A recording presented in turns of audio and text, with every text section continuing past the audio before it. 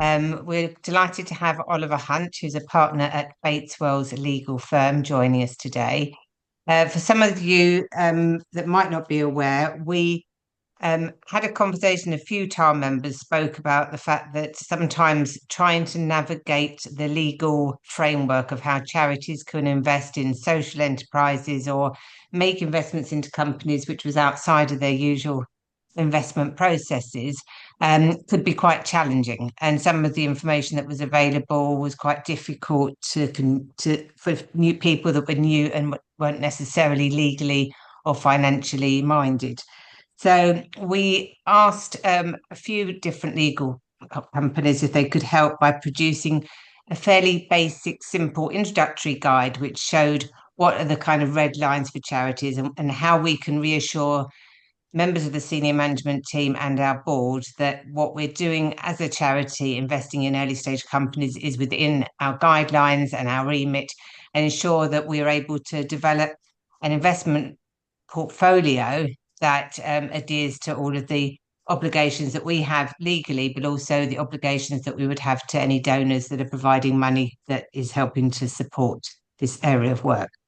So I'm delighted to hand over to Oliver. The framework for today will be that he will talk about the report and where he's got to with it and what it looks like. But it's also a real opportunity for us as charities to express to Oliver some of the things that we'd like to see in the report and raise any questions so that when he does the final iterations in the coming weeks, he can bear that in mind. So Oliver, I'll hand over to you. Thank you. Thank you, Sonia. Good afternoon, everyone. It's great to be here presenting to the network. So thank you very much for sparing the time and joining the session today. And thank you to Sonia and the other sponsor organisations who've given us the opportunity to work on this paper. As Sonia mentioned, this is just the introduction to the project. It's not the main delivery of the paper or the contents of the paper. That will follow when it's released as a document during October. And then there'll be a period of a few weeks for members to read it and digest it. And then another webinar, which is the main focus of the Q&A opportunity after you've had a chance to read the paper. So the purpose of today is to introduce myself and the project, and a little bit more about Bateswells as a law firm, describe the aim of the project and the paper, what you can expect from it, and give you the chance to ask any questions.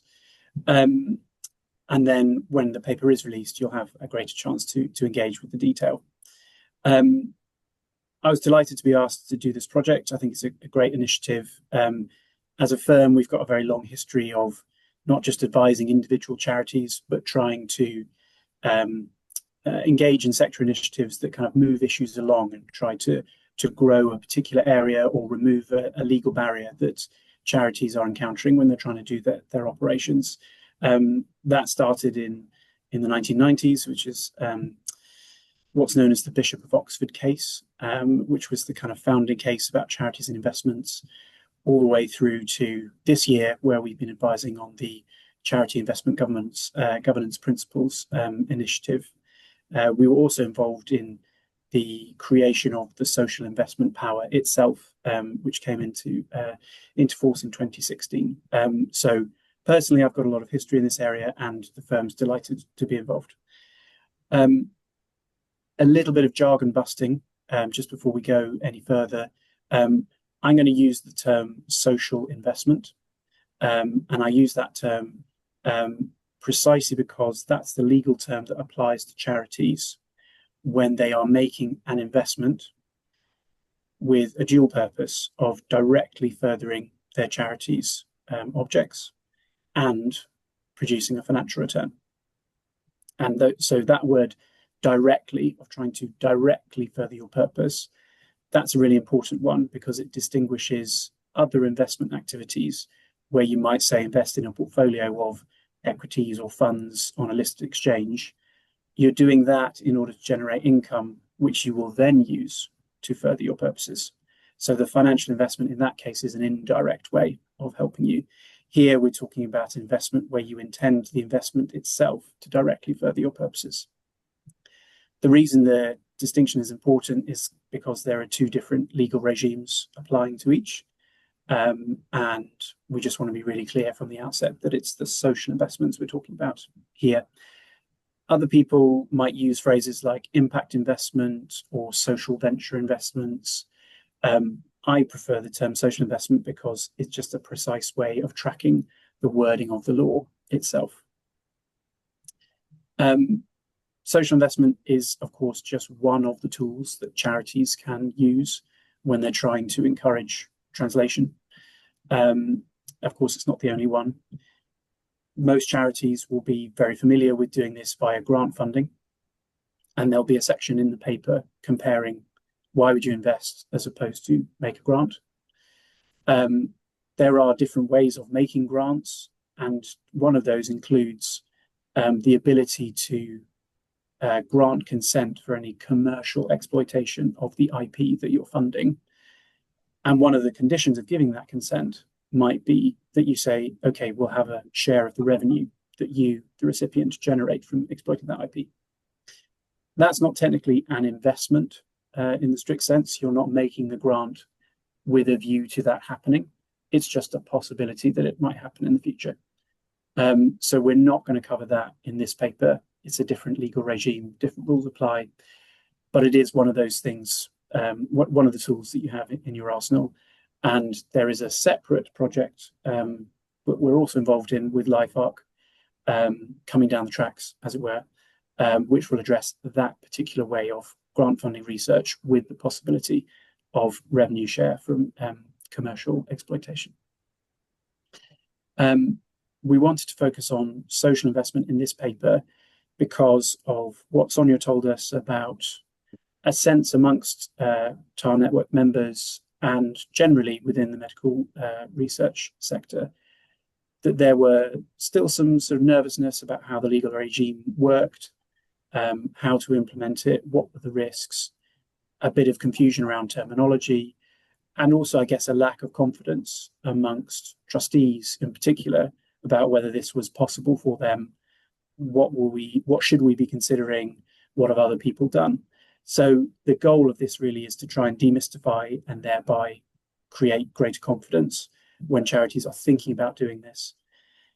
It's very possible that for many charities, social investment won't be the right thing, whether that's because of their financial situation, the things they want to invest in, which are just not simply ready for investment, or any other reason. And we're not saying that all charities should make social investments, but this is a tool for you to use if you're thinking about doing it, and hopefully will help you in those considerations. The paper it's guidance rather than advice on specific situations. And so in order to make it not hugely long, we've tried to cover it on a principles basis. So here are the key considerations, here are the principles about how this should work. And then if charities want to take it a bit further, identify a particular investment theme, a particular allocation of their funds they want to make, even particular investments that they're interested in making, that's when you would drill down into the specifics of that particular investment. So we'll give examples, but it won't be advice to anyone's particular circumstances. I'm going to show you a couple of slides now, which will show a little bit of information about Bates Wells, and then also the contents of the paper. And then after that, we can move into any questions or comments that people have about the paper. So, Sonia, could you nod if you can see this being shared? Thank you. So this is just a little bit about Bates Wells. And I guess I'm sharing this, I guess, to answer a bit of the question about why are we doing this? We're doing it because we like it. we like advising on this area. I'm personally really interested in this area of law, but also I really want to see charities have greater confidence to know that if an opportunity presents itself, the law shouldn't get in the way of what they want to do otherwise. Um, so I'm just going to move to the next slide and show you the contents. This is going to work. So here's the contents list of the paper. Don't quote me on this, but it's going to end up being about roughly 20 pages. And we didn't want it to be too long because otherwise it becomes more of an indigestible legal document. And we chose these sections because we find they're the most regular questions or queries, worries that come up when people are first considering this issue. So I'm going to leave that on the screen for now and then turn it back to Sonia and Jane to kick off a bit of the Q&A, give people a chance to raise any questions, and in particular, if you have things that you want to check are going to be covered, or things that you think aren't on there that should be covered, please let me know now, or you can contact Sonia after the session. We've got a couple of weeks to refine the final sections of the paper, so there's still a bit of time to influence what goes in there. Okay. Well, if I kick off, I mean, Oliver, we struggle to sort of find guides to help us do this. So as a starting point, is there anything else that exists that charities can look at, and why do we think this guide is going to work where those don't? Yeah, sure. So probably the starting point in terms of guidance is the Charity Commission's own guidance. It's called CC14, and it's about charities and investments.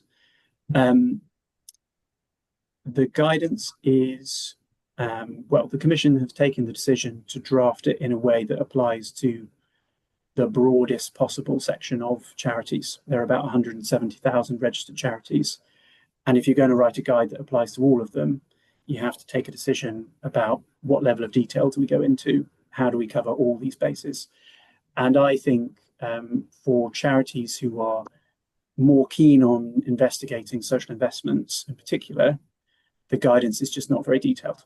It ends up being about a page if you take it all together. So one of the purposes of this project is to go into more detail about, okay, so here's the principle, how does that work in practice? Or here's the principle, what should I then do? Talking to my trustee board or going through the investment process, what are the typical ways that I could invest? The Charity Commission's guidance doesn't really cover that. So this is trying to fill that gap. Another really good source is the Charity Investment Governance Principles, which is a much more detailed tool and lots of online guidance. That's trying to address more of the issues involved in pure financial investing. So if we have our portfolio of investments, how can we tailor those investments to suit our mission? But it's still more focused on, I'm investing in order to generate a return, which I will then apply to my grant making, for example. It's less focused on, I want to make an investment which I think will directly further the purposes of my charity. So to give you an example of a social investment, you might be, say, a charity trying to address a particular condition, whether that's narrow or broad. You are made aware through various different sources of a medical device company that's created a product which will help your beneficiary group. That company hopes to further develop the product and then sell it into the NHS or into other markets. You know that that product could really help your group.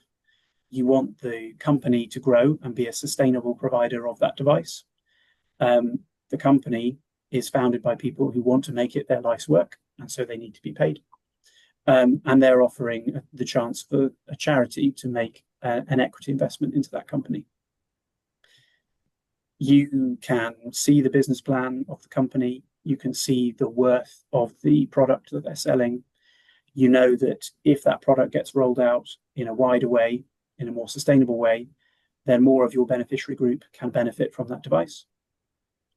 But you also think that the money invested in that company will grow in value. And as the company grows, so will the value of your investment. So that would be an example, I think a fairly typical example in the medical world of a social investment. You're hoping that your money will both directly help your beneficiary group, but also it will generate a return as the company grows and becomes more valuable.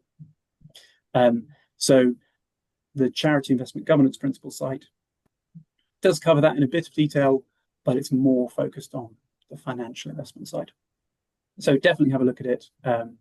It's been a really well-run project, I would say, over the last couple of years, taken a lot of sector input, legal input, accountancy input, but it is a bit more focused on financial investments, not social investments. Jane? I wanted to ask, when we established our due diligence process, we made it relatively heavy in relation to our ability to invest in terms of the amount we're investing, at the same time as trying to remain agile. Do you have any advice for members who are looking at putting together their due diligence and making sure they comply with all the guidance and advice, against kind of the need and desire to be agile in their investing practice? So I guess the first thing I would say is the decision starts with how much of our investable funds will we allocate to social investments as opposed to the traditional financial investments. And that decision about allocation isn't really, it's kind of guided by legal principles, but the fundamental decision is a financial one. So the legal principles are you as a trustee board properly stewarding the assets of the charity? Once you've made the decision about how much you're going to allocate, you then need to create a policy as to how you're going to expend that amount. And that policy needs to cover your financial expectations, your impact expectations, and how are you going to do the process itself? How are you going to source the investments, diligence the investments? Do you have limits on the amount you'll invest in any single investment? That kind of thing. Once you have that policy in place, what I've seen is that the most agile operations then delegate efficiently down to staff members to really kind of keep the wheels going, because once deals get momentum and you have to deal with both the company itself and co-investors, decisions need to be made quickly. So having a really clear delegation or terms of reference to a committee is a really key part of how you make it work in practice. I've got a follow-up question, if I may, which is for a number of people on this call, perhaps charities don't have an investment portfolio and therefore they're not balancing traditional investment with impact investment. Do you have any kind of specific advice for that group of charities who may be entirely naive as an organisation in relation to making investments anyway? Yeah, sure. So I think for those charities, it'll be a case of our starting point is to grant fund or to encourage translation in some other way, be that policy or discussions with the sector, etc.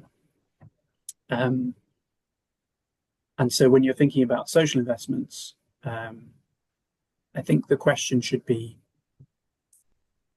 is there something about this particular project that we're looking at that would mean it's more suited to social investment as opposed to grant funding?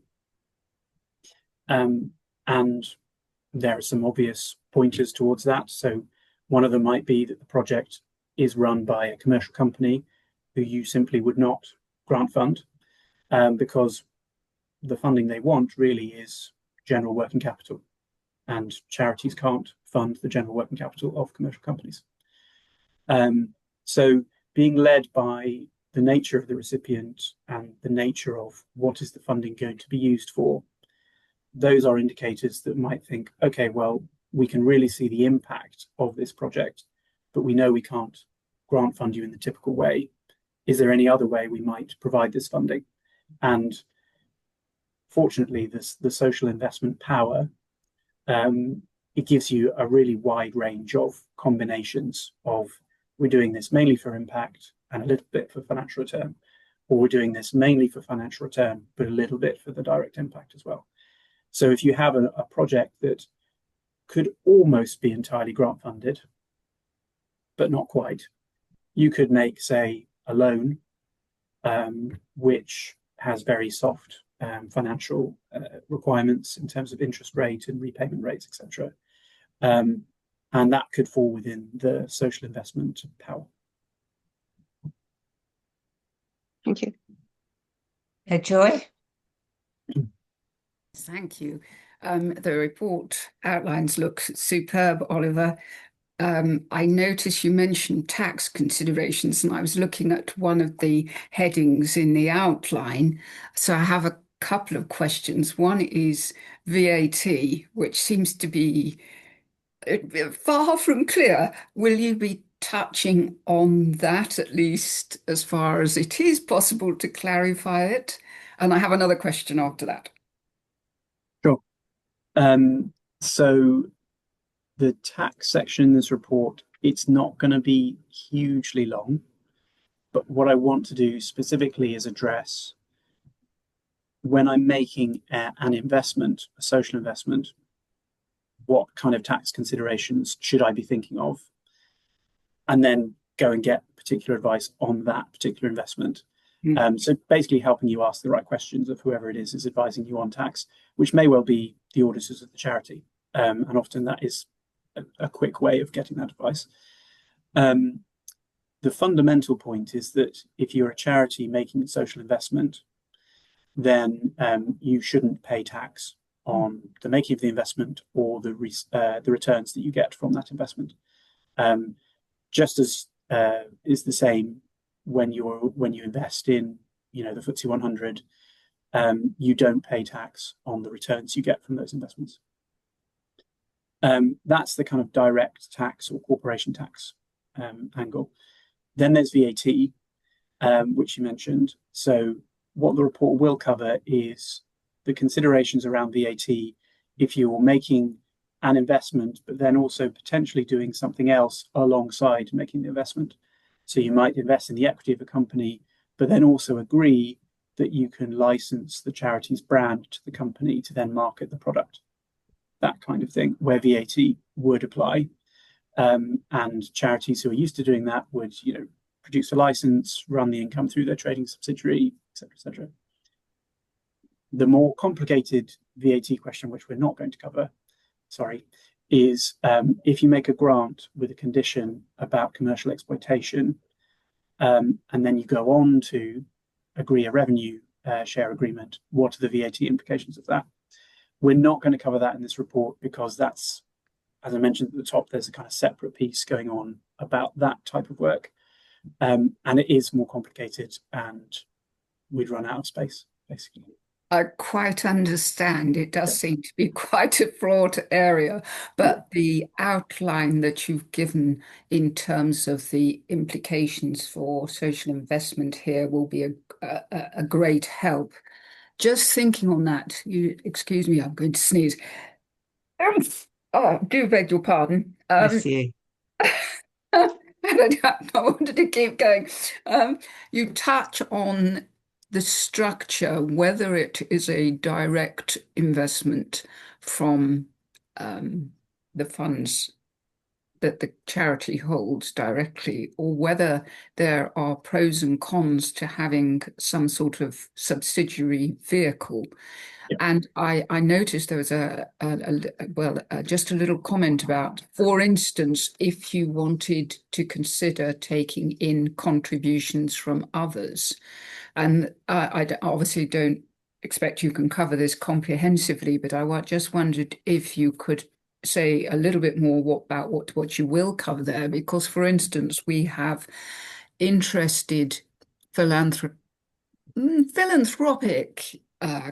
contributors who might want to consider sharing some benefit of returns. And I have looked at some structures that might facilitate that. I know it can get very complicated, and EIF schemes and so on are quite interested. And it's when you're getting towards needing to have a regulated investment structure. So I'm not expecting you to do it comprehensively, but I just wondered if you were going to touch on some of the pros and cons of that, and indeed the flexibility. Say we started off directly, could we consider moving to something else? So short answer, yes, we will cover the kind of key considerations of that. Slightly longer answer. I think if you're starting off with the intention that you want to create a vehicle which you will have some management over, and you want third parties to provide investment capital into that vehicle, so they want their money back and they want a financial return, then you need a separate vehicle. Don't do it through the charity. Gets very complicated. Yeah. Separate to that, you will then possibly also need some kind of financial regulatory permission, whether that's your own or borrowing from another regulated firm. And again, that can get quite complicated. And then that really becomes a question of scale. It needs to get quite large in order for the compliance to be worth it. If you're talking about philanthropic donors who don't want their money back, but they do want you to use that money in a particular way, as in they want the charity to take it and invest it according to the charity's investment policy, and they want to see the progress of that, and they want to see the charity, I guess, working hard to make the investment produce a financial return. That can be done directly through the charity, and probably is more efficient to do that, because as soon as you create a subsidiary, you've then got to manage it, account for it, make sure the relationship is right between the charity and the subsidiary. So there are good reasons of using a subsidiary, but normally it's not the starting point. My starting point is normally, can we do this through the charity directly without having to create a new company? That's very helpful. Thank you. I think just having the pros and cons outlined in consideration would be very, very helpful. Coming from a VC background myself, I've always sort of pushed a little bit that way, but I don't think it's appropriate, for instance, in our charity where we're only just getting into the multi-million-pound turnover and considering possibly some investments, because increasingly SMEs are the source of interest of compounds we want to take forward. Thank you. That's very helpful. I see that John's put into the chat the question about Oliver, you've asked for sort of people to put any questions, and when's the deadline for coming to you with this? I suppose now's a good time to say that Oliver is largely doing this as a piece of pro bono work. And I think when we commissioned it, there was a skeleton agreement of what we would cover, which is on the screen now. With the caveat that because it's pro bono, we weren't going to go back and forth, and that this would largely be this thing. So I think, Oliver, it's fair to say that if there's some sort of real points of that people are really eager, that they're agreed on, that they want covered, then we can look at considering it. But I don't think you want 28 or whatever numbers of charities just to email you with different points that they want covered.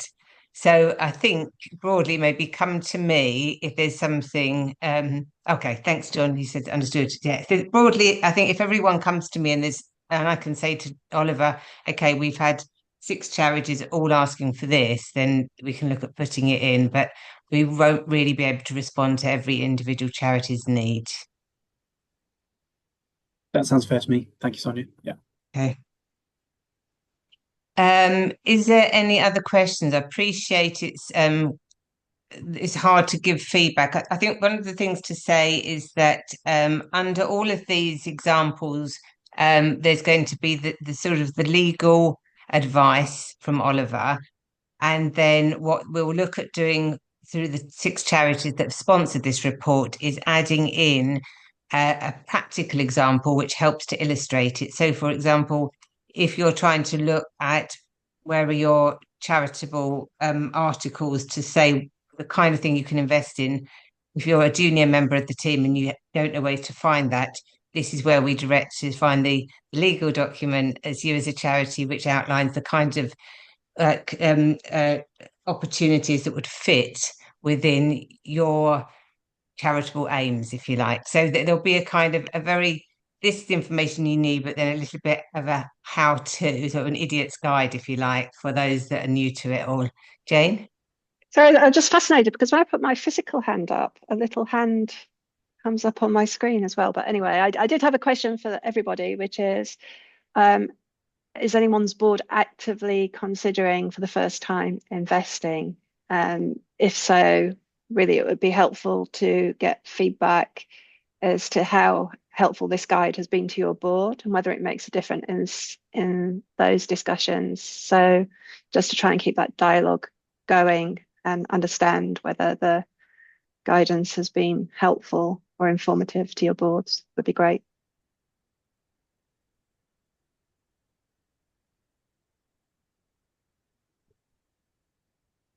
Okay. Oh, Shireen, are you coming off camera to ask something?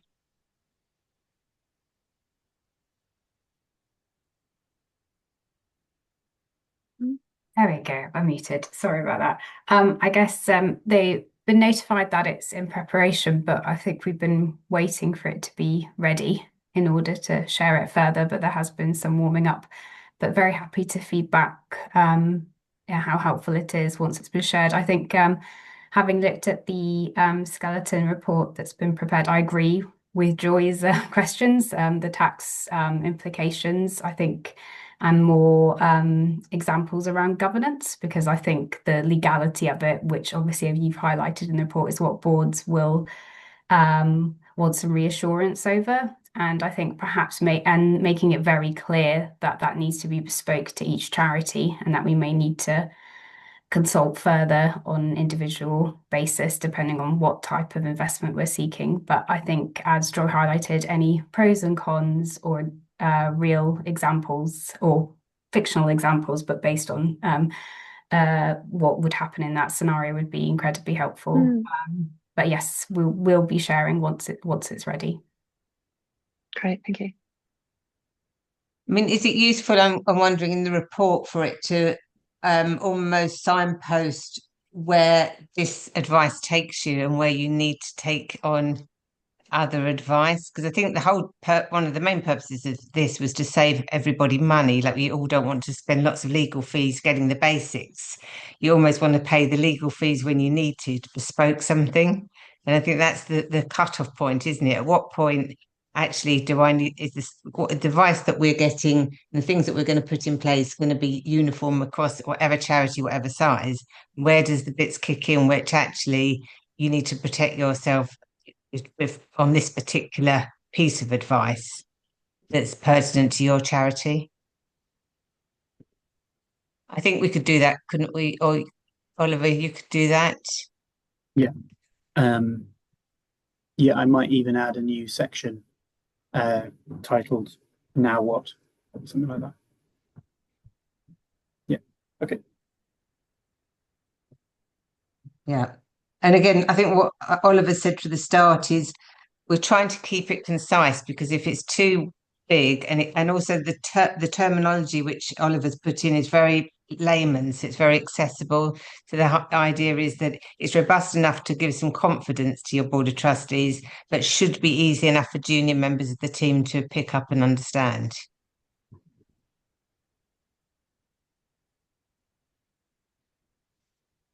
Okay, if there isn't anything else, I can't see any more hands raised. So I think just thank you for coming. Oliver has kindly agreed to jump on a Q&A call after webinar sort of call after the report has been published. So we'll get some feedback. We'll get the final iteration done by hopefully the end of this month, out to design early in October, and then available from mid-October. Then if we leave it to maybe early November, so people have had a chance to look at it, or even late November, possibly, if people want to send it to trustees. And then we'll come back on a call for any questions and answers then, and obviously welcome to bring in other members of your team or trustees to that second call. Thanks for joining. Thanks again, Oliver. We look forward to speaking to you all soon. Okay. Bye. Goodbye. Thanks, Anya. Bye, everyone. Bye. Thank you.